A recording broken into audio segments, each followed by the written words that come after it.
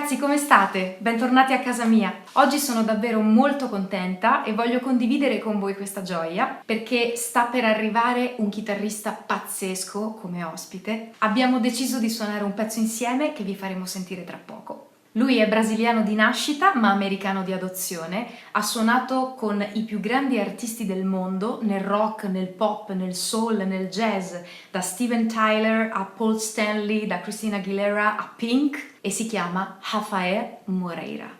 Non nego di avere un carattere trainante, mi piace molto trainare le persone attorno a me, però se mi guardo indietro trovo che le soddisfazioni più belle che ho avuto sono state comunque quelle in squadra. Io credo molto nella formazione di un team, di una squadra, e voglio approfittare di questa terza puntata per ringraziare due persone molto speciali che mi permettono di fare al meglio quello che faccio. Prima di tutto quest'uomo, Farian, che mi sopporta e mi supporta nella vita, nel lavoro e che ha ideato questo format. Secondo, Gingio, che è una persona davvero molto carina e soprattutto un professionista pazzesco. Quindi grazie mille a Farian, grazie mille a Gingio e grazie mille a voi che state diventando sempre più numerosi nel seguirmi. Terza puntata, musica, ospiti, curiosità. A proposito di curiosità. Ieri era martedì 2 giugno ed è uscito il nuovo singolo di Farian per piano solo che si chiama Tearing. Se non lo avete ancora ascoltato vi consiglio vivamente di farlo. Lo potete acquistare trovandolo sulle migliori piattaforme digitali. Un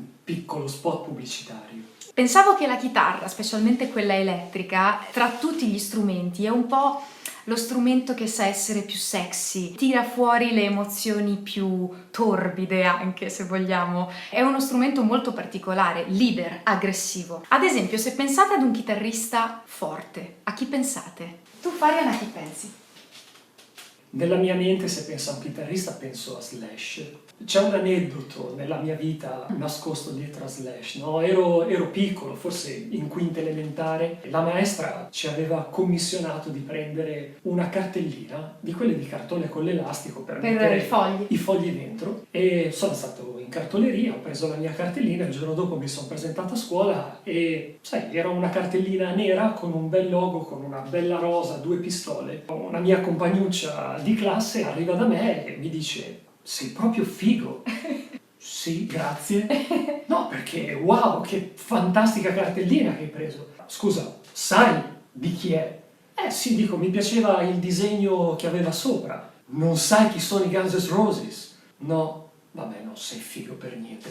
Morale, quindi ho capito che avrei fatto il pianista. Esatto! Io se penso ad un chitarrista cool, penso a Jimi Hendrix. Forse la prima vera rockstar come lo intendiamo noi oggi. Poi era nero, bello, maledetto, tormentato, che vuoi di più? C'era quella diceria che abbia venduto l'anima al diavolo, no, per suonare la chitarra in quel modo. Un altro sentimento che mi fa venire in mente la chitarra, specialmente quella elettrica, è un sentimento di possesso, un po' come in amore. Ci sono un po' quegli amori morbosi dove uno ama talmente l'altro da quasi non lasciarlo respirare, o lo ama talmente tanto che anche se viene respinto dall'altro continua imperterrita ad amarlo a qualsiasi costo.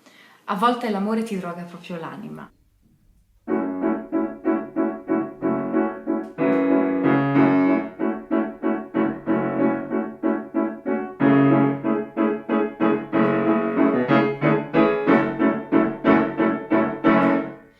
I put a spell on you.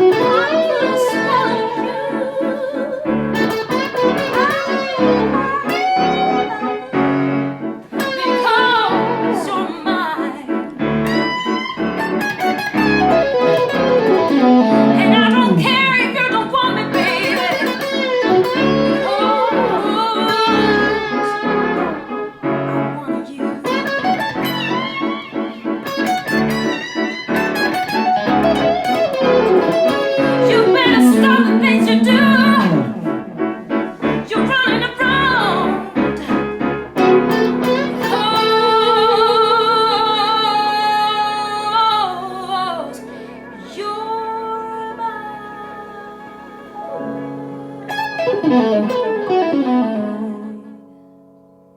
Rafael. How are you? I'm well. Hello, Silvia and Farian. How are you guys? Hello to you. How is it going today? It's good. I'm just starting my day. I mean, I woke up like 9:30, 10, so it's still early. Welcome to my house, Rafael. Thank you, Silvia and Farian, for having me. Appreciate it. Rafael, you started playing and singing when you were just 6 years old, and your mother introduced you to music because she was a music teacher in Brazil, is right? Yeah, my mom is a musician. She's a songwriter as well, teacher, plays multiple instruments. So we were very lucky, me and my brothers and my little sister, to have a mother that was so into music. So that was a very good thing to have it at home, Yeah, that was it. That's how it all started. Basically, we were listening to the Rolling Stones and Kiss, and we were like, oh my God, that's it. That's what we're gonna do. This is it. It's over. At 6 years old, I already knew what I wanted to do. So that helped a lot, to growing up, because you already have a goal or a sense of purpose. Oh, this is what I'm going to do. Yeah. So whatever happens during your childhood or your, adolescence years, teenager years, you know what you want. So if something hurt you, or if you got into trouble, or you were sad, or this and that thought always, you know what? Don't worry about that. You want that, so just go for that. Don't worry about it. Things will get back to normal. So I think in general, it helped me, music helped me a lot in having a goal, at an early age. So, how did you feel the first time you touched the guitar? The first time I picked up the guitar, I was probably 6 years old. It was a nylon classical. And I think I was having a lesson, with my mother. It was me and two girlfriends, like young girls, like from my class. Actually dated later. Happened to date both of them, not at the same time, but they both were my girlfriends. And it was really cool, 3 6-year-olds playing guitar. And my first electric guitar I got when I was 8. And it was a terrible guitar. Oh my God, it was horrible. And the name of the guitar was Jennifer. That was the brand name. Jennifer. Very Jennifer. It was bad. You worked with the most important artists in the world. So Steven Tyler, Tommy Lee, Paul Stanley, Pink, Christina Aguilera. So in the rock, in pop, in soul, every different type of music. And in the meanwhile, you've been able to carry on your own original project with the band Magnetico. Tell me something about your band. Since I joined my first artist, Christina Aguilera, back in 2000, I started in 2000 because that was a big deal. But, I was playing prior to that. I was doing a lot of playing, I didn't start it in 2000. I started way back in the day. And all we did was play our own music. And we came up with our own band, It was all about having a band, playing your own original songs, be creative in a rehearsal space. Exactly. And, that was always the magic. So when I moved to the States and I went to music school, I'm very open-minded, and I welcomed all the styles that was surrounding me. I was like, man, I love this, I love that. So I just became more all around, and I started playing with all these people, which was amazing. Financially, it was great because it's not easy to be a musician when you don't have those types of gigs. So it was amazing, but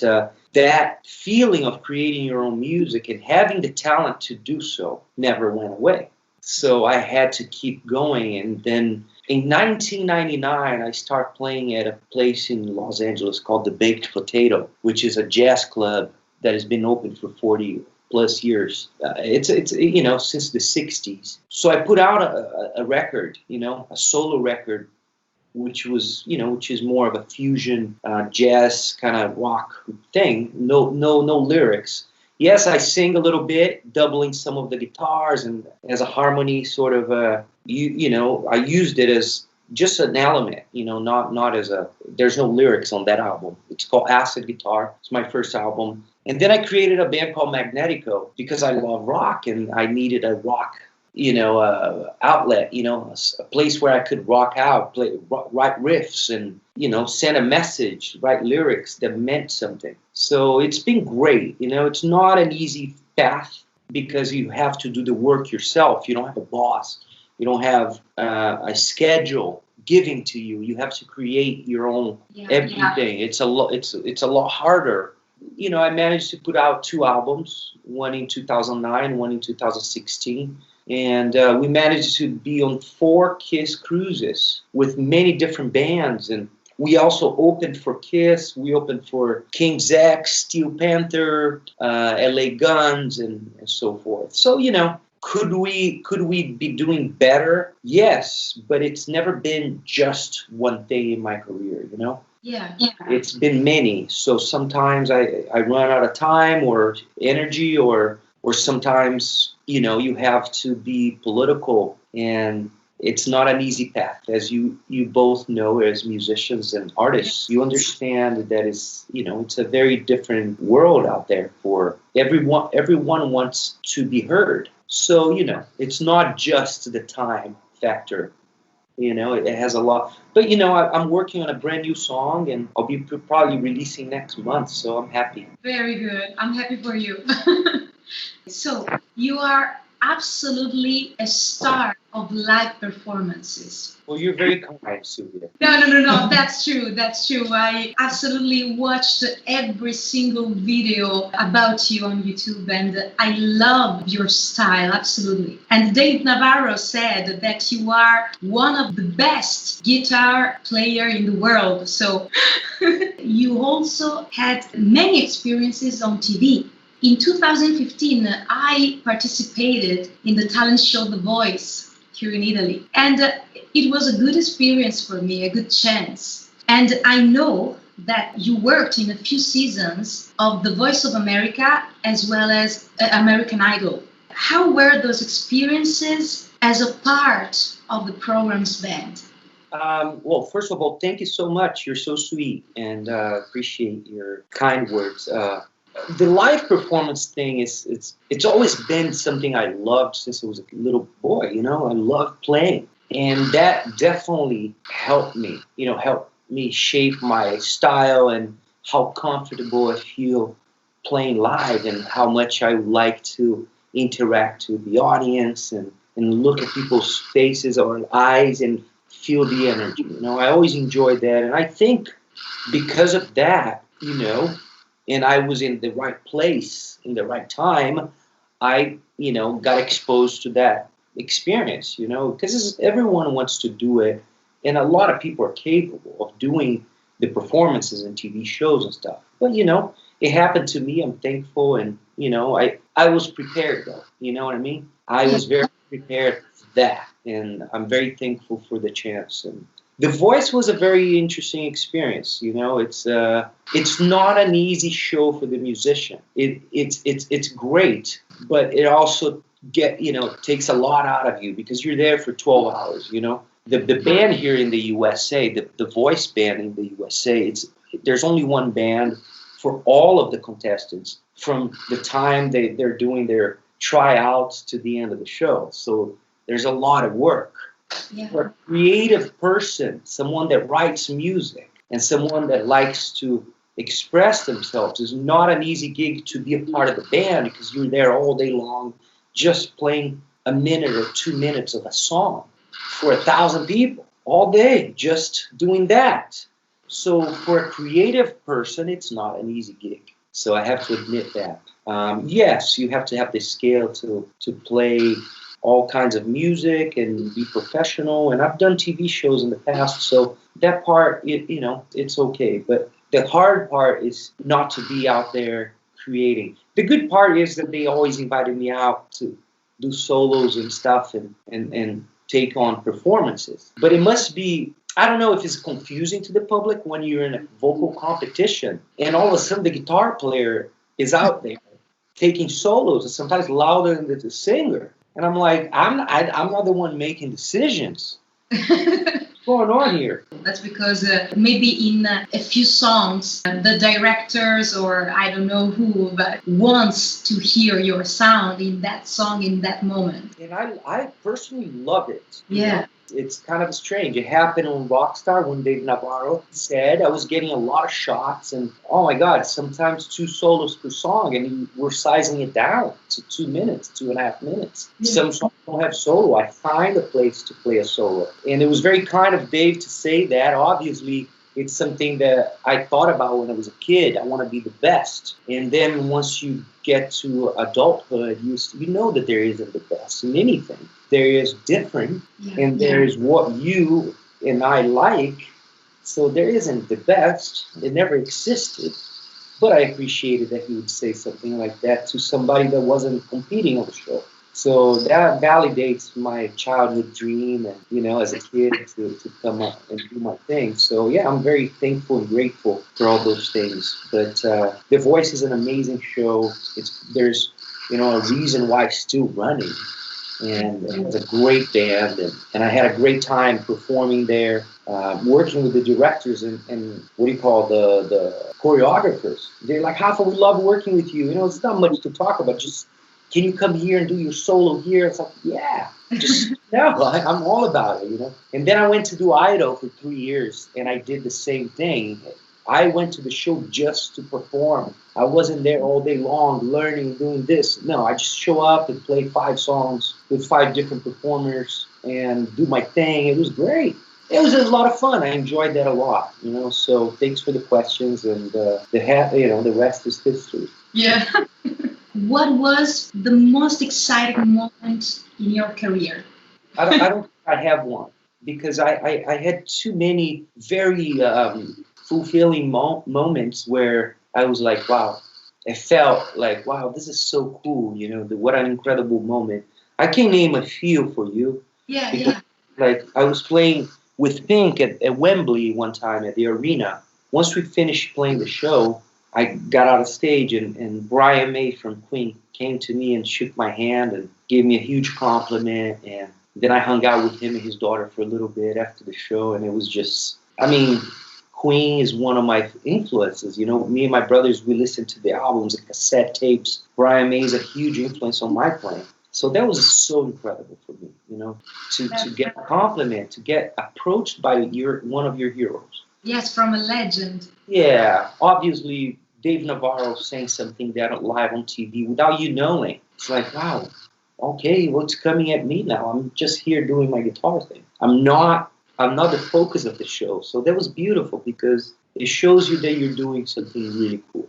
Yeah, sitting across Paul Stanley from Kiss, the first time we went to dinner with him, because his manager, Doc McGee, called us. We were the house band on the show Rockstar on CBS. We got a call from Paul's manager saying that Paul loved the band and if we wanted to go on tour with him. So we went to dinner, the whole band, the manager, and Paul. And Paul Stanley, you know, for a long time always wear open shirts, you know, that you see the hair, chest, you know. It's his style. But sitting in a dinner table with him, it's like, dude, it's Paul for real. Look, it's Paul Stanley. And then going to play guitar with Paul and sing with Paul, I'm like, it is definitely a wake up call, because it happens. Dreams come true. Telling you guys, you know, I'm from a small little town in Brazil. Small, 20,000 people. Very Italian. Every person has an Italian last name there. Even the highways have Italian last names, like Quagliato. Yes, maybe Quagliato. Yes. Yeah. All my girlfriend's last names are all Italian. Bernardelli, Crivelli. I mean, you name it, they're Italian. I'm like, oh my God. Both sides of my family. It's very interesting, you know. That's why I feel connected somehow to Italians because of that, you know. And to get out of there, and then, you know, I went to the capital of my state to study, and then, you know, had bands and stuff when I was 16. But to move to the States and do the things I've done, it's really cool, you know, and I like to share that experiences, the experiences that I had with people starting out, or people that haven't got to a certain place yet and they feel a little tired of trying. But you don't have to try. You have to live what you dream first. Absolutely. Don't try anything. That's why sometimes we talk about with friends and people, dude, you're trying too hard. Relax. Trying hard with that desperation vibe doesn't help anybody. It doesn't help even people want to be friends because you don't want that energy. So believing doesn't mean you have to let that transform into fear and anxiety. Believing is something that makes you calm. And even though you didn't get into that door today, it doesn't matter anything. You know, maybe the next day will be it. As long as you keep walking forward. So, I mean, I still have huge dreams. I mean, because that's what makes me keep on going and living. Otherwise, we have no purpose. Yeah, you're completely right. Silvia, I'm just trying to, have something where it feels right, where it feels right to me, Yeah. to believe, but that's kind of some of the experiences. Pink was an amazing performer to work with for the longest time, 5 years. I mean, she took me to so many incredible places and experiences. Christina was great. Backstreet Boys, New Kids on the Block was so much fun, I never played in a boy band, but then when you play with a boy band and there's only 20,000 girls, you're like, okay, this is actually okay. girls every night. I'm like, oh my God, I understand why these guys are go-go dancing every night. Yeah, it works. Good for you. I'm going to keep playing my guitar, It's not bad. I just probably don't play the guitar, just go there and dance. And it's like, yay. I would like to stay talking with you for hours because you relax me. I'm glad. Yeah. You inspired me. You inspired us. We really hope to play together live soon. That would be a lot of fun. Where are you both based in Italy? In Italy. We live in Imola. Do you know Imola? Near Bologna. Imola, I remember watching the Formula One races. I went to Milan one time and I couldn't communicate. Really? I was like, man, I'm going to kill it. I got so many Italian friends. I got there. It's like I couldn't. You have Latin blood, so Yeah, we're brothers. Absolutely. Rafa, thank you so much for this wonderful interview. Thank you so much, Silvia and Farian, for having me. And look forward to seeing you guys soon in the future. Thank you. It will happen. Guys, have a good day. Ciao. Che dire, spero siate stati bene con me, Farian, e con Rafael. Mi fa piacere ricordarvi che se siete artisti o lavorate nel mondo dello spettacolo e volete saperne di più sulla Casa di Silvia, contattatemi attraverso il mio sito www.silviadesantis.official.com. Ci vediamo tra 15 giorni, a presto!